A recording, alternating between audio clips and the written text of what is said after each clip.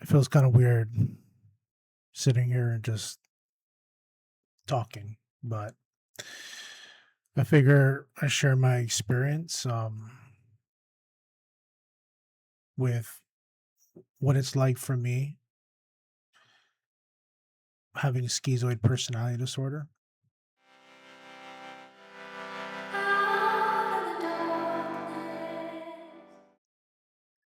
In January of 2026, I got diagnosed with schizoid personality disorder. I'll call it SPD for short. And I want to preface this by saying that I don't have any comorbidities, and I don't suffer from the schizoid dilemma, and I've never taken medication. So the way it's like, the way it is for me is it's a life where, I don't have any dreams. I have no aspirations. I don't have any hope. I don't ever experience things like hope. As crazy as it sounds, I don't ever experience happiness or excitement, joy, or I do have like a real limited range of emotion, and that would be frustration. I can feel that. Um, doesn't happen often. But it happens depending on the situation. And strangely enough, the frustration it never gets to anger, but in very rare circumstances, the frustration can just skip anger and find its way to rage. And that place of rage is really rare for me. But I never seem to be in a state of just being angry. Um,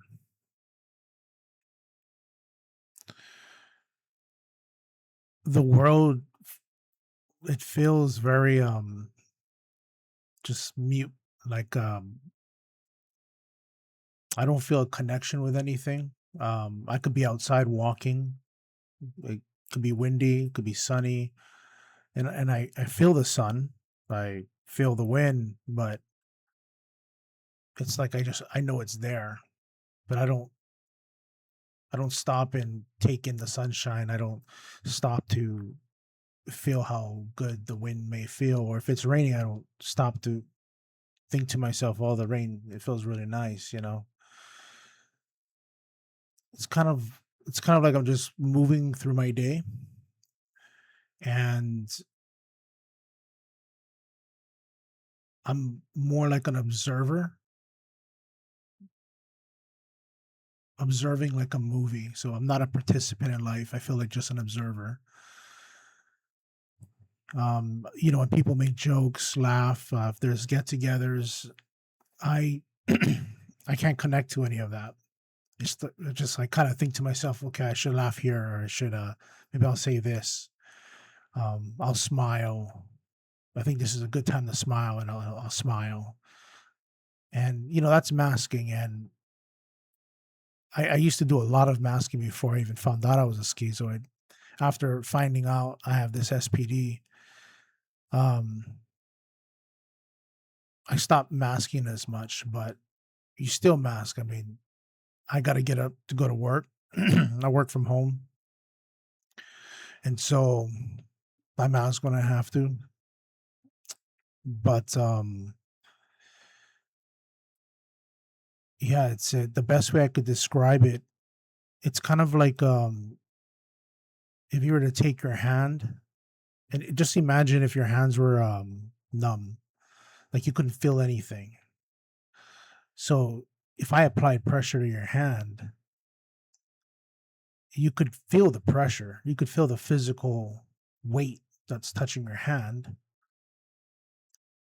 but you wouldn't feel the nuance of the touch, right?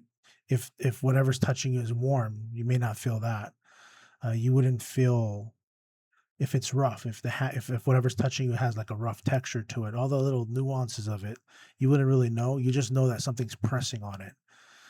And that's kind of what it feels like. Like, you know, I could be walking around somewhere, I could be watching something, I could be outside, the sun could be shining, I could be at a beach, I could be wherever, whatever I'm doing. I'm observant, I know what's going on. I can hear and see people laughing, people doing things. I could feel the sun, I could feel the wind, I could experience life like anybody else, but what I get in return from it is this kind of dull sensation where I miss the little nuances. I miss the little things, right? So when somebody tells a joke, for example, I can't really see what's funny about that. Um, if I ever laugh to something, it's because I cognitively recognize the humor in it, and even then, like, it takes me sometimes a little bit to catch on to it, but I'll recognize cognitively the punchline, and then I'll be like, "Oh, okay," and then I'll make a laughing sound.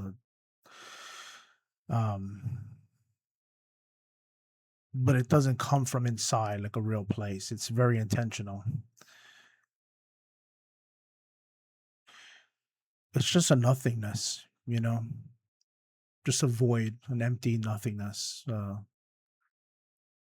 wake up in the morning. I There's nothing that I'm excited about. It's just I got a schedule. I know what I'm going to do next throughout my entire day until I go to bed, and that's what it is. At the same time, I don't desire connection.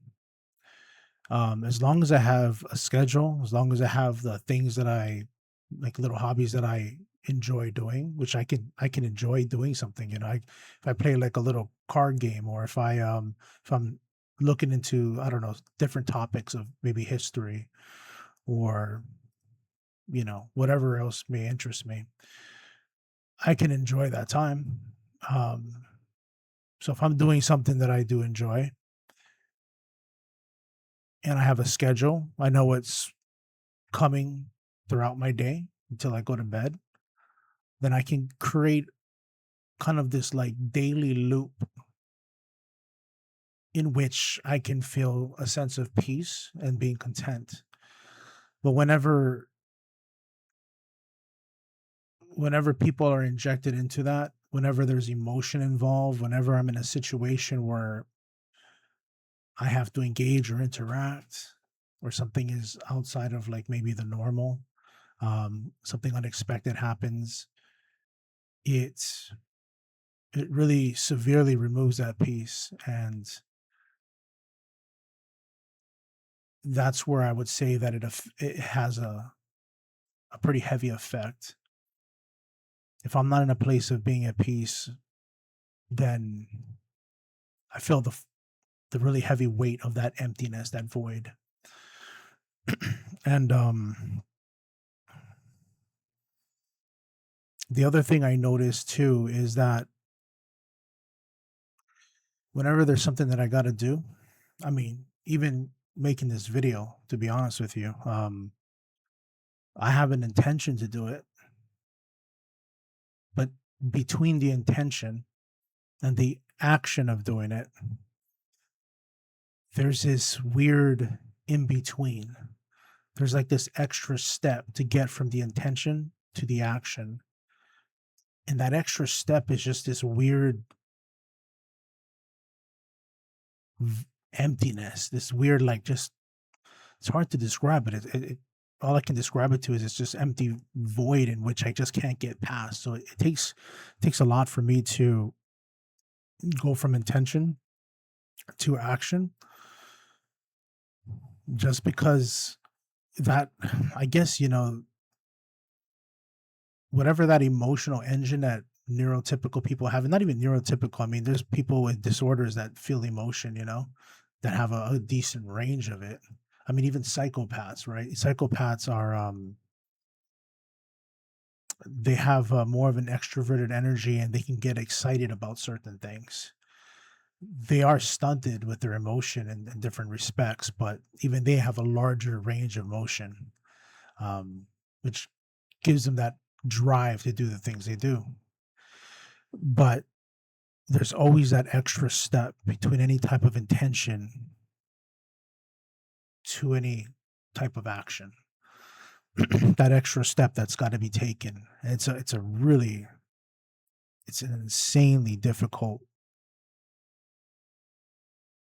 step to take. I would say that in that extra step, it's just that all the hopelessness, all the emptiness, the void, the lack of any connection. So there's just no drive, you know. Basically, life is it is what it is, you know. It's kind of one of my favorite sayings that it is what it is, you know. I'm not really affected by much. I mean, I've been in situations where my life was in jeopardy. Didn't really bother me. Like, wasn't really phased. I've had a gun pointed at me. Didn't really bother me. I didn't. It wasn't. It just didn't feel anything about it. You know. Um. But again, you know, as long as I can maintain my systems, have a clear path of what my day looks like, and do the little things here and there that interest me, I can be in that place of peace. And for me, that's what it's all about, you know. Because if I'm not there, I'm in that empty void, and it's not a good place when people are expressing themselves and they're having all these when they're laughing and having emotion and doing their thing. It's almost like a mirror effect, you know, because you're forced to respond with either a gesture of a smile or a laugh or some kind of interest, but you're not interested in what they're doing. You don't care how their day was. You don't care about any of it. You know, you don't find it funny. You don't all the little nuances of interaction. They just you can't connect to it at all. Um, and the emotional range, and this is a spectrum, so I know everybody's a little different on this, but like at least for me, my emotional range is so limited to frustration and rage. And I can enjoy things, like I said, um, but I have when I was a kid, before the schizoid condition hit, like it does for all of us, you know, at some point, late teens, sometimes early adulthood. I've heard when it just kind of hits like a truck and it really takes over you. You know, there was times where I did feel happy. I know what it's like to feel a range of emotions of happiness, sad, you know, all those kind of things. But when I kind of went into this full blown schizoid state during my kind of I would say mid to late teens, I've never felt a single day in my life, and I'm in my early 40s right now, so I've never felt in the last, you know, 2 decades, you know, over 20 years, I haven't felt over 20 years now, maybe like 25 years. I haven't felt a single day of happiness. I've never felt sad. I don't ever feel depressed. I don't ever feel I mean, I got this it's weird, but I do have a phobia of roaches. My mother, when I was a kid, she was afraid of it. And I think when I was actually experiencing a larger range of emotions where I felt kind of normal, I developed it then. It's kind of stuck with me. It's weird, but outside of that, I don't feel fear. I don't feel sad. I don't get depressed. I don't feel happy about anything. I don't feel excited. Now I literally almost feel nothing. Um, just kind of like just a nothingness. just empty nothingness. That's it. And it's more pronounced and it's more recognizable. It's more intense whenever I'm around people, whenever I'm outside of my systems and my schedules and knowing what my day is going to look like, whenever I have to go out into the world and be around things and people, it amplifies. That's when you really notice. That's when I really notice it. Um, because again, I don't suffer from the schizoid dilemma where you have, some schizoids desire a connection, but they can't really connect to people. And sometimes they have even a fear of it. So they kind of retreat back into their seclusion. I don't have that. I could care less about connection. I could go my entire life not connecting at all. And I would be in complete peace as long as I can have the things that I enjoy doing and I can have a constant routine every single day. I would never need a connection at all. I don't desire it. I don't I can't even fathom what it's like to want to connect. I couldn't fathom what it's like to desire that.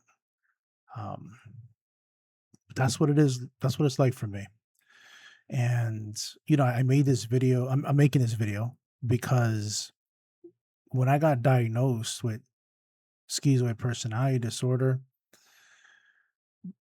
there was not much information out there, and there was a few people talking about it, but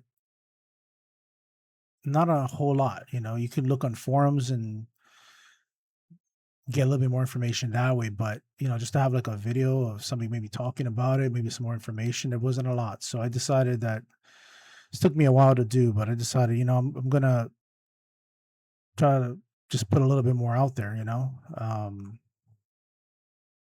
I've had a lot of different experiences that I don't know if a lot of schizoids may have had themselves.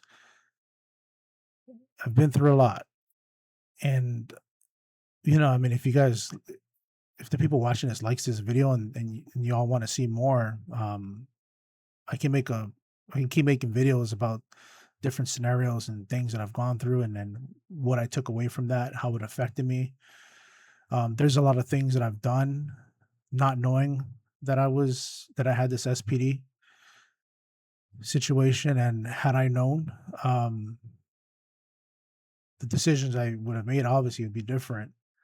But when you're masking and you don't know that you have this disorder, when you when you don't know you're a schizoid and you start making certain decisions, you're operating from a different frame of reference. Like you have no real frame of reference to know what to do in life, right? Because you see everybody around you and you think to yourself, "Oh, I'm supposed to go to college. I'm supposed to get married. I'm supposed to have kids. I'm supposed to get a house. I'm supposed to do all these things because that's what people do." But then you end up putting yourself in a situation that you had no business being in, right? Um, because when you're in that situation, nothing changes. You think it might. You think, oh yeah, if I do this, then I'll start feeling maybe this way, but you don't. And you end up hurting people around you, because you're not empathetic like you should be. You're not caring the way you should be. But then once you learn you have this condition and you understand why you are the way you are, so much makes sense. So I mean, some of these things are I can go over some of these things. Maybe it can help some of y'all. So I wouldn't mind doing that. But I mean, that's pretty much it. Um, but yeah, comment, put some comments, let me know what it's like for you guys. I'm really curious. Like, do you guys experience some of the things that I'm experiencing? Is it different for you in any kind of way? Um, do you resonate with anything I said? I would like to know. Again, I'm always searching for information. I feel like maybe we all can learn from each other. And if this does well, if you guys want more, then I'll keep making more videos. So thank you for your time.